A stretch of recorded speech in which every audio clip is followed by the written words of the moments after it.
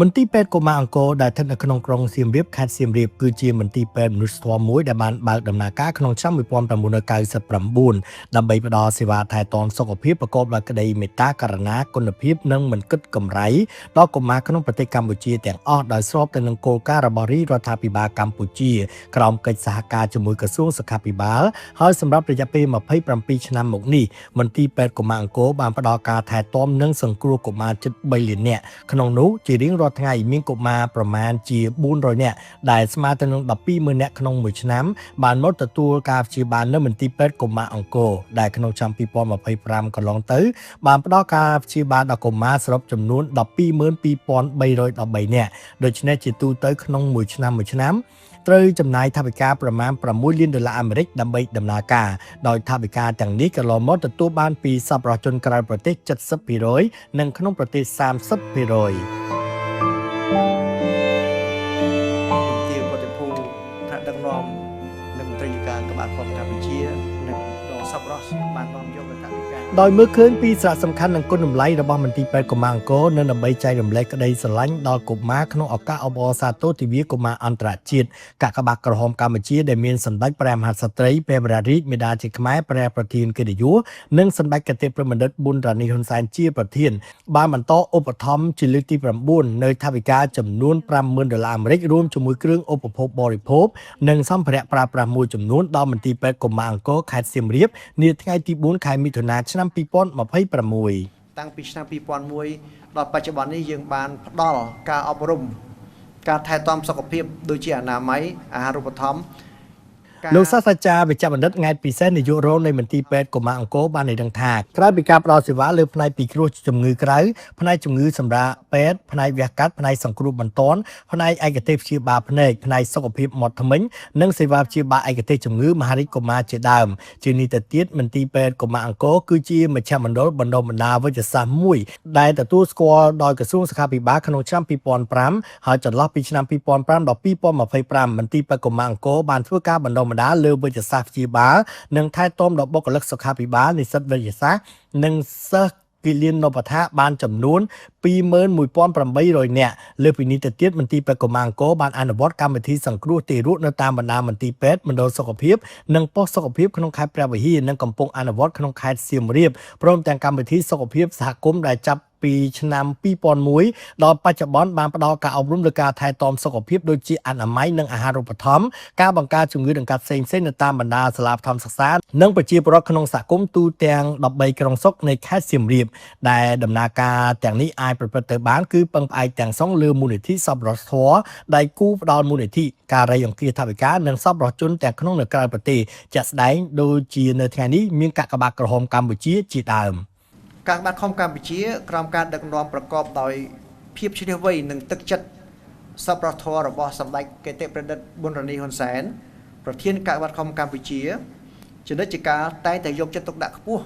និងឧបត្ថម្ភក្រុមតជានិច្ចដល់មន្ទីរពេទ្យកុមារអង្គរដោយចាប់តាំងពីឆ្នាំ2016រហូត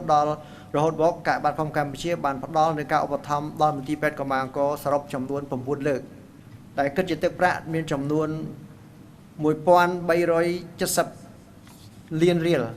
ដែលស្មើនឹង$342,500សហរដ្ឋអាមេរិកហើយនឹងថ្ងៃនេះមានចំនួនទឹកប្រាក់$50,000អាមេរិកដែលអាចជួយសង្គ្រោះដល់កុមារដែលមកពីគ្រោះព្យាបាលជំងឺនៅក្នុងមន្ទីរពេទ្យបានជាមធ្យមចំនួន1000នាក់បាទដែលនេះបានឆ្លុះបញ្ចាំងអំពីគុណតម្លៃដ៏មហាប្រសើរនិងជាដៃគូដ៏និងជាគំរូដ៏ល្អបំផុតសម្រាប់ប្រជាពលរដ្ឋកម្ពុជាក្នុងការចូលរួមចំណែកនៅក្នុងសកម្មភាពសប្បុរសធម៌ទំនួលខុសត្រូវសង្គមនិងចេះជួយគ្នាទៅវិញទៅមកដើម្បីសង្គ្រោះនិងលើកកម្ពស់សុខុមាលភាពកុមារកម្ពុជាដែលជាទំពាំងស្នងរិស័យនិងជាសសរទ្រូងនៃការអភិវឌ្ឍប្រទេសជាតិនាពេលអនាគតលើកពីនេះនៅក្នុងខែកុម្ភៈកន្លងទៅក្រោមទឹកព្រះទ័យដ៏ខ្ពង់ខ្ពស់គង់ម្លប់ត្រជាក់ដ៏ថ្លៃថ្លាបំផុតពីសម្ដេចព្រះមហាក្សត្រីនរោត្តមមុនិនាថសីហនុព្រះបរមរាជមាតាជាតិខ្មែរក្នុងសេរីភាពសេចក្តីថ្លៃថ្នូរនិងសុភមង្គលជាទីគោរពសក្ការៈដ៏ខ្ពង់ខ្ពស់បំផុតមន្ទីរពេទ្យកុមារអង្គរមានភ័ព្វសំណាងបានទទួលការប្រទាននៅព្រះរាជទ្រព្យជាថវិកា$50,000អាមេរិក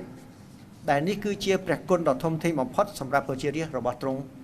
ផងដែរ រស់រៀនមានជីវិតដោយការយកចិត្តទុកដាក់ហើយបើឈឺគឺត្រូវមានការព្យាបាល មានមតិសម្ដែងសម្ដារក្នុងពិធីនោះជាមួយនឹងការនាំនៅប្រសាសន៍ផ្ដាំផ្ញើសួរសុខទុក្ខការនឹករលឹកនិងការកោតសរសើរព្រមទាំងថ្លែងអំណរគុណពីសម្ដេចកតេប្រមណ្ឌិតប៊ុនរ៉ានីនសែនប្រធានកាកបាទក្រហមកម្ពុជាចំពោះថ្នាក់ដឹកនាំក្រុមគ្រូពេទ្យនិងបុគ្គលិកទាំងអស់ដែលបានលះបង់កម្លាំងកាយចិត្តក្នុងការផ្តល់សេវាសុខាភិបាលជូនកុមារកម្ពុជាដោយឥតគិតថ្លៃព្រមទាំងផ្តល់នូវភាពកក់ក្ដៅនិងក្តីសង្ឃឹមដល់កុមារក៏ដូចជាក្រុមគ្រួសារអាណាព្យាបាលទាំងអស់ប្រកបដោយការទទួលខុសត្រូវខ្ពស់ ដូច្នេះនេះគឺទី1នៃការប្រពៃទិវាកាកបាទក្រហមអត្តច័ន្ទក្រហមឆ្នាំនេះខួប លោកជំទាវពុំចន្ទនីអគ្គលេខាធិការកាកបាទក្រហមកម្ពុជាតំណាងកំពង់ពោះសម្ដេចកតេប្រមណ្ឌិតប៊ុនរ៉ានីនសែនក៏បានជម្រាបជូនពីសវតានៃទិវាពិភពលោកកាកបាទក្រហមអត្តច័ន្ទក្រហម8សុភានិងការប្រព្រឹត្តទៅនៃការអបអរសាទរទិវា8សុភាជារៀងរាល់ឆ្នាំរបស់កាកបាទក្រហមកម្ពុជាក្រៅពីដើម្បីបង្ហាញពីដំណាភាពនិងគណនេយ្យភាពការប្រើប្រាស់ថវិកាក្នុងសកម្មភាពមនុស្សធម៌ដែលទទួលបានពីការបរិច្ចាគដោយសទ្ធាជ្រះថ្លារបស់សប្បុរសជនគ្រប់មជ្ឈដ្ឋាន ក៏ទិវានេះធ្វើឡើងក៏ដើម្បីគៀងគោរពមូលនិធិដើម្បីធ្វើសកម្មភាពបន្តអញ្ចឹងនៅពេលទទួលបានថវិកាបរិច្ចាគពីសប្បុរសជនគ្រប់មជ្ឈដ្ឋានភ្លាមសម្ដេចកតេប្រមណ្ឌិតប៊ុនរ៉ានីនសែនបានគិតគូរយ៉ាងម៉ត់ចត់ក្នុងការបែងចែកទៅគោលដៅអតិភិបណាខ្លះជាក់ស្ដែងដូចជាការពីថ្ងៃទី29ខែសុភាឆ្នាំ2026ថ្មីនេះក្នុងនាមជាអេសាជនឆ្នាំថ្នាក់ជាតិនៃផែនការសកម្មភាពរួមអគ្គលេខាធិការអង្គការសហប្រជាជាតិដើម្បីសុខភាពស្ត្រីនិងកុមារនិងជាគ្រូពេទ្យមួយរូបផងនោះ សម្ដេចកតេប្រមណ្ឌិតប៊ុនរ៉ានីនសែនបានបន្តប្រគល់ថវិកាចំនួន$1 លានអាមេរិកជូនដល់មូលនិធិគុណធបុប្ផាកម្ពុជាជាលើកទី9ដែលត្រូវជាលើកទី15សម្រាប់មន្ទីរពេទ្យកុមារគុណធបុប្ផានិងនៅថ្ងៃនេះបានបន្តឧបត្ថម្ភអំណោយដល់មន្ទីរពេទ្យកុមារអង្គរជាលើកទី9ហើយសកម្មភាពទាំងនេះបានបង្ហាញពីការគិតគូរយកចិត្តទុកដាក់ខ្ពស់ក្នុងការលើកកម្ពស់សុខុមាលភាពរបស់ប្រជាពលរដ្ឋងាយរងគ្រោះបំផុតជាពិសេសកុមារកម្ពុជា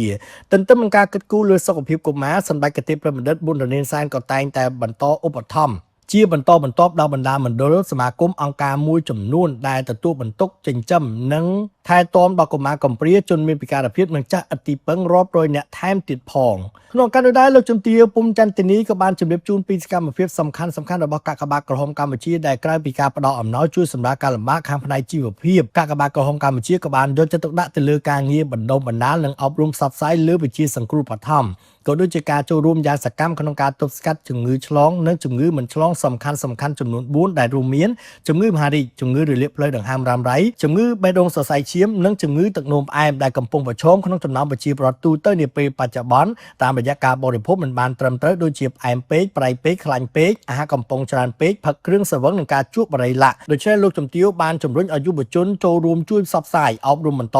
អំពីជំងឺមិនឆ្លងនេះដល់ក្រុមគ្រួសារសហគមន៍និងប្រជាជនឲ្យបានទូលំទូលាយដើម្បីឲ្យមានការយល់ដឹងកាន់តែច្បាស់ព្រោះជំងឺមិនឆ្លងទាំងនេះយើងអាចទប់ស្កាត់បាននិងបង្ការបានដើម្បីរួមចំណែកធ្វើឲ្យសហគមន៍មានសុខភាពល្អ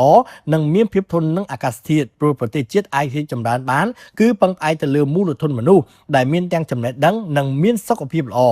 សូមបញ្ជាក់ថាអំណោយដែលកាកបាទក្រហមកម្ពុជាបានផ្ដល់ជូនដល់មន្ទីរពេទ្យកុមារអង្គររួមមានថវិកា$50,000អាមេរិកអង្គរ2តោនអង្គរសុខភាព20កេសមី20កេសត្រីខ5កេសធំប្រេងឆា4កេសទឹកស៊ីអ៊ីវ5យួរទឹកត្រី5យួរឆៃពៅ15កំប៉ុងទឹកបរិសុទ្ធ20កេសនិងគីតចំនួន20